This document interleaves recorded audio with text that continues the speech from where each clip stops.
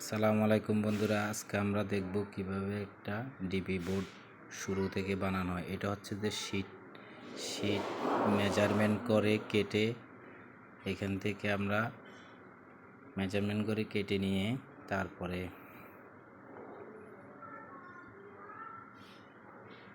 কাটার পর এভাবে বাঁশ মেশিনে বাঁশ দেওয়া হয়।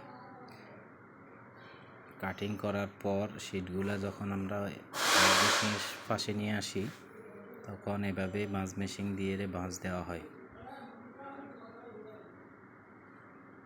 বাঁশ দেওয়ার পর এগুলো নিয়ে আপনার ডিবি বোর্ড লাগানো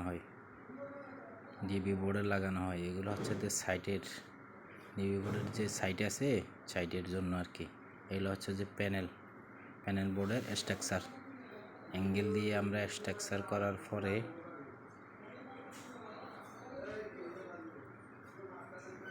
এরকম করে তৈরি করা হয়। তারপরে রং ফাটানো হয়। রঙে ফাটানো হওয়ার পরে আমরা এগুলো ওয়ারিং করি। ওয়ারিং করার শেষে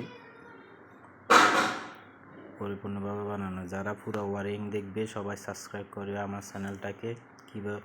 সবাই চ্যানেলটা